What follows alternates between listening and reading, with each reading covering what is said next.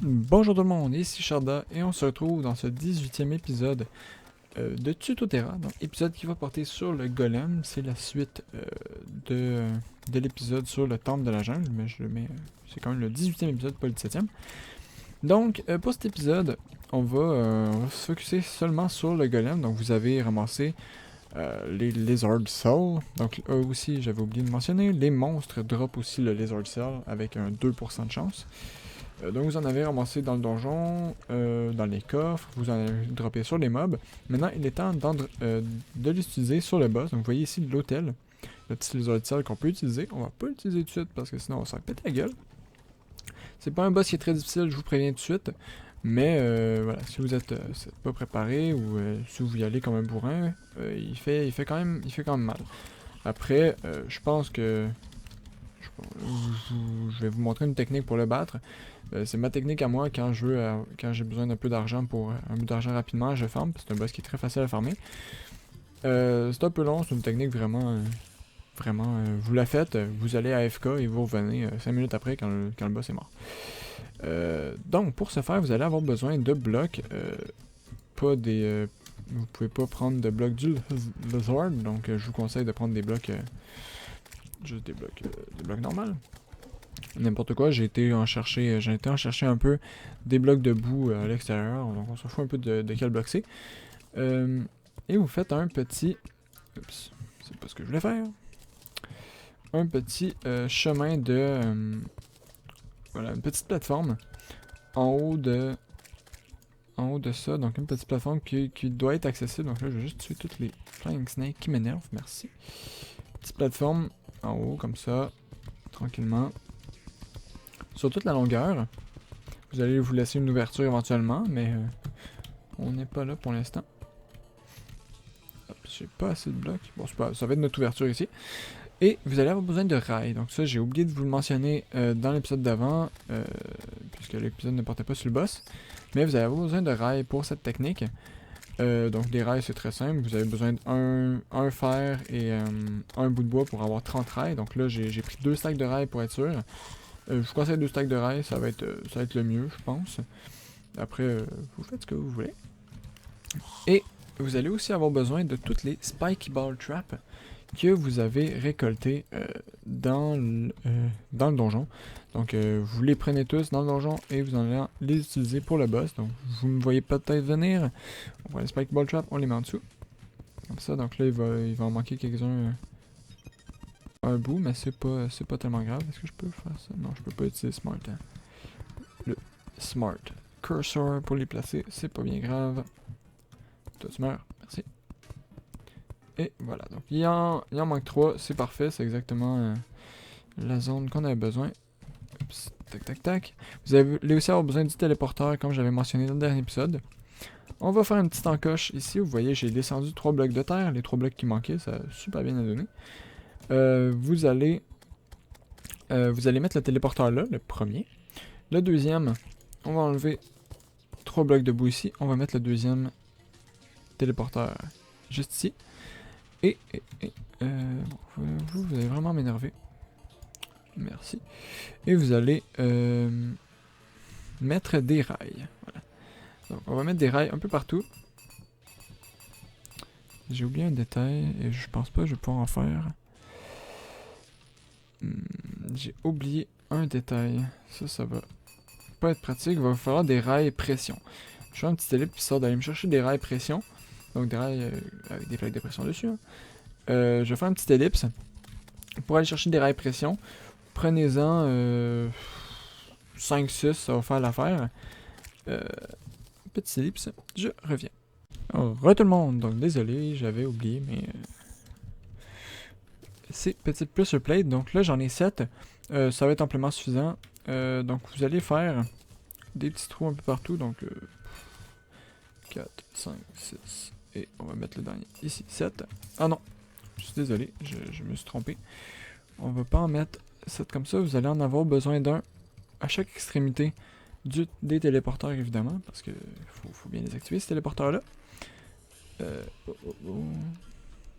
Téléporteur, voilà. Et ensuite, vous mourrez déjà, merci, venez pas me déranger. Ensuite, vous allez remettre les minecart tracks. Non, on va mettre les plaques pression. Donc, 1, 2, 3, 4, 5. Ça va être amplement. Ici, on continue le... Voyons. On continue le chemin. Ah, il y a une... Ok, c'est une chauve-souris qui est à côté de moi. Merde. On continue le chemin et quand votre travail est fini, il ne reste plus qu'à mettre les câbles. Que j'ai tout mis chez moi, évidemment. Ellipse. Donc bon, j'ai mes fils, j'ai mes plaques pression, j'ai tout ce que j'ai besoin. J'ai mes lézards de sol, j'ai eu peur pendant un instant. Donc voilà, j'ai tout ce qu'on a besoin. Maintenant, il reste à mettre les fils, comme je disais. Donc vous prenez chaque plaque pression et vous mettez un fil. Tout en bas, donc à chaque fois qu'il va y avoir une plaque pression, donc là il y a mon petit lézard qui en cache peut-être une. Non, il n'en cache pas. Voilà, plaque pression ici, j'en ai une autre ici. J'en ai une autre ici. J'en ai une autre ici. Et j'en ai une dernière là. Maintenant, on se rend au téléporteur. Tac, tac, tac, tac, tac. Et voilà, c'est tout. On teste voir ça marche. Ça fonctionne, mais ça ne me téléporte pas. Donc on va faire quelque chose. On va échanger le minecart track et le pressure plate pour, voilà, pour être sûr que ça fonctionne. Quoi que peut-être qu'il faut que je le monte. Non, ça l'a activé, donc ça va être correct comme ça. Et on va aller faire la même chose sur l'autre pour être sûr que ça fonctionne bien. Yep, on met pressure plate ici, le minecart track qui arrête ici. Voilà. Tac tac, on arrête ça et on remet ici comme ça. Voilà, donc celui-là, on va le laisser parce qu'il y a un bloc. Je vais le mettre sur toute la plaque de pression, ça change rien. Sur tout le téléporteur, pardon. Ça change rien, mais on va le faire quand même. Et maintenant, il ne reste plus qu'à tester. Donc vous voyez toutes les balles piquantes qui tombent. Pourquoi ça fonctionne pas? Pourquoi ça ne fonctionne pas? Est-ce qu'il faut que j'active comme ça? Je vous avoue que là, je ne comprends pas. Pourquoi ça ne me téléporte pas? Pourquoi ça ne téléporte pas? Attendez. Je vais enlever ça. Ok. Je remets le téléporteur. Je vous avoue que je comprends pas pourquoi le téléporteur marche pas.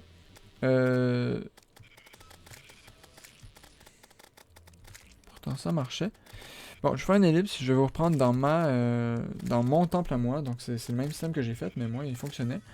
Je vous reprends dans mon temple à moi, on va voir la différence entre les deux, qu'est-ce qui fonctionne pas. Et voilà, donc désolé pour toutes ces ellipses. Je vous avoue que je comprends pas du tout pourquoi ça marche pas. Donc ellipse encore.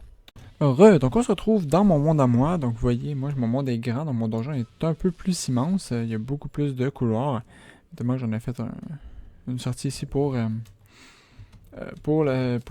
au boss plus vite. Donc moi ce que j'avais fait par contre dans mon monde, la différence, c'est que j'ai rajouté une ligne sur le côté de pic, de trap dart.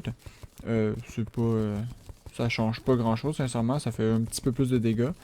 Mais c'est pas obligatoire, juste les spiky balls, ça marche très bien. Après, vous avez amplement, juste avec ce qu'il y a dans le donjon, vous avez amplement de câbles et de pièges pour faire ça aussi. Donc, je vous avoue que j'ai pas compris pourquoi dans un ça marchait, dans l'autre ça marchait pas. Si on regarde ici... Toi tu meurs, merci. Si on regarde ici, j'ai pourtant le même système, donc j'ai la pressure plate track que je mets ici et qui est activé, donc et là ça marche. Donc pourquoi je sais pas, mais ça marche. Et vous voyez, c'est exactement c'est le même principe que je vous avais montré. On met j'ai mis des trappers partout, il y en a un peu plus ici. Ici j'ai mis des boosts, c'est pas obligatoire, vous pouvez les mettre, vous pouvez accélérer par vous-même. Moi je préférais mettre des boosts parce que vraiment je commençais le combat, je cliquais là et j'allais FK, je revenais dans 5 minutes. Donc voilà, on va faire le combat. Je vais vous montrer le combat un peu, je vais vous parler un peu pendant le début du combat, puis je vais le mettre, je vais couper pour pour vous laisser à la fin du combat. C'est pas un boss qui est très difficile avec cette technique-là, en fait. C'est pas difficile du tout, vous allez pratiquement pas perdre de vie. Ce qui est génial aussi, c'est que vous allez tuer tous les mobs qui vont spawn en dessous. Parce que vous avez vu, il y a beaucoup de mobs qui spawnent. Donc vous allez tous les tuer, ça va faire beaucoup d'argent, beaucoup de ressources. Et ça c'est pas négligeable. Vous pouvez dropper des Lizard Eggs, j'en ai droppé un tout à l'heure. Donc c'est un petit familier qui se drop sur les lizards. Donc voilà, donc je vais commencer le boss et en parlant, je vais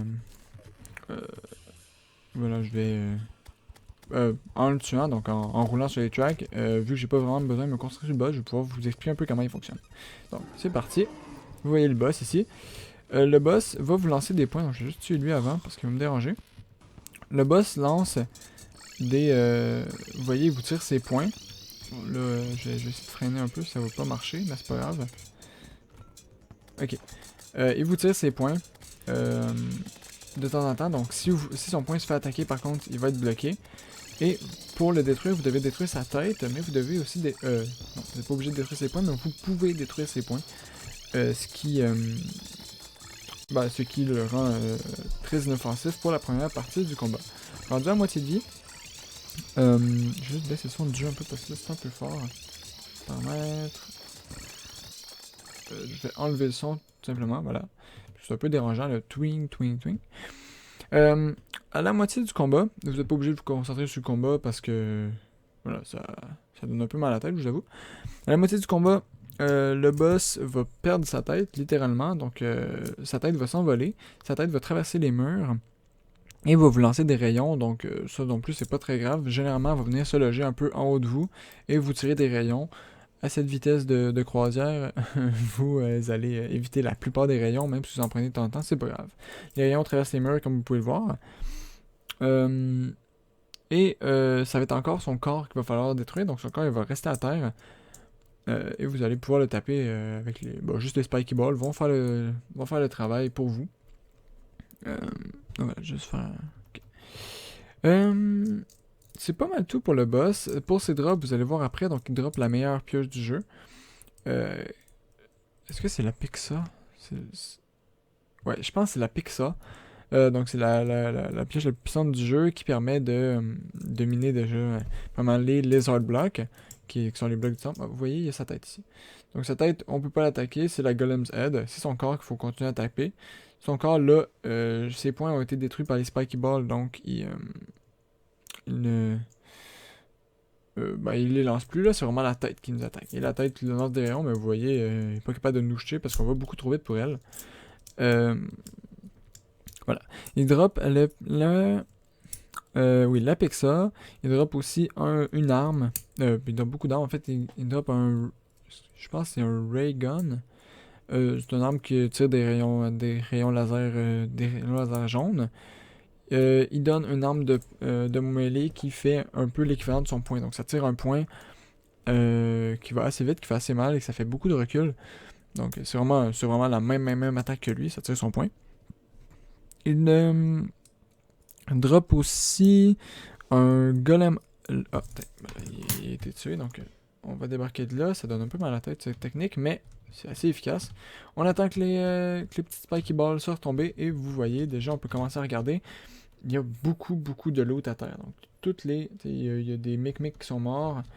Le boss il est mort ici. Ah oui, il donne le Beetle Husk aussi. Ça c'est vraiment génial comme drop. Juste avancer lentement. On a eu un Stinger. C'est quoi le Stinger déjà? Oui, c'est un gun. C'était l'arme que j'allais parler ensuite. Je vais continuer où j'en étais rendu. Le point, c'est vraiment son point. Ça fait des dégâts. Je vous le montrerai ensuite. Le Stinger, ensuite, c'est un... Ça tire des petites... ça tire des dards ici, que vous voyez. Donc ça, c'est les Stinger Bolt. Ça tire ça. Et quand ça touche, ça explose. Donc vous voyez... Ça explose et ça fait un peu une grenade à fragmentation, donc ça va pas directement sur l'ennemi, mais ça fait du dégât. C'est sympa comme arme. Ensuite, il drop l'œil de... Je pense que c'est l'œil du golem qui est un équipement, un accessoire qui augmente le coup critique, qui peut être amélioré en beaucoup de choses, notamment si on combine à pas mal de trucs, ça permet d'avoir le Fire Gauntlet. Ce qui est assez sympa, c'est assez puissant, le Fire Gauntlet. Il drop aussi le Sun. Voyons. C'est quoi le nom? Je vais aller voir. On va retourner chez nous, voir un peu tout ce qu'il y a. C'était le... On va allumer la lumière.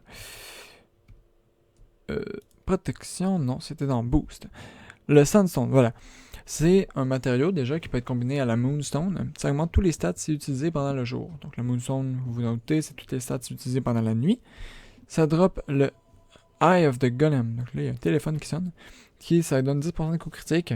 Et c'est un matériau, donc vous pouvez le combiner. Si on va voir un peu avec quoi on le combine. C'est pas lui qui drop la Firestone, donc j'ai pas besoin de la Firestone.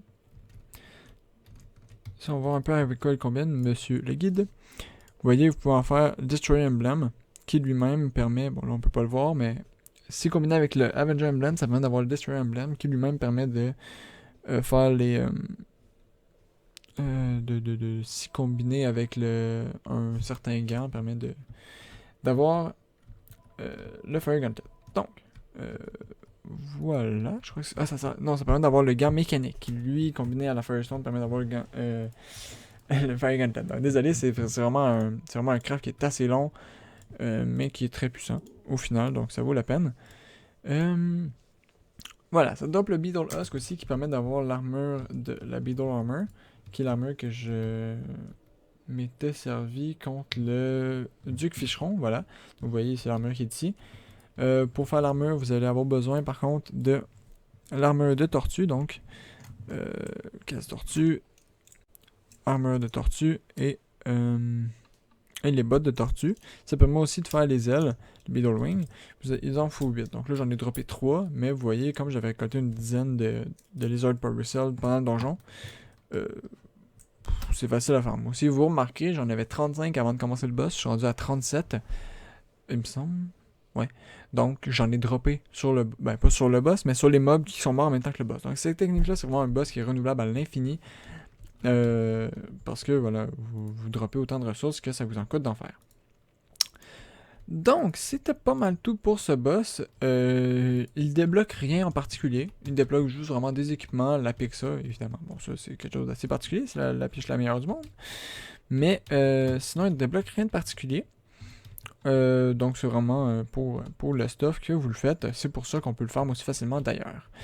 Donc, j'espère que ce tuto vous aura plu. N'hésitez pas à laisser un j'aime si vous avez aimé, à vous abonner pour plus de tutos qui s'en viennent, notamment sur la Frost Moon et la Pumpkin Moon, et aussi sur Queen Bee et le cerveau de Cthulhu que j'avais pas encore fait.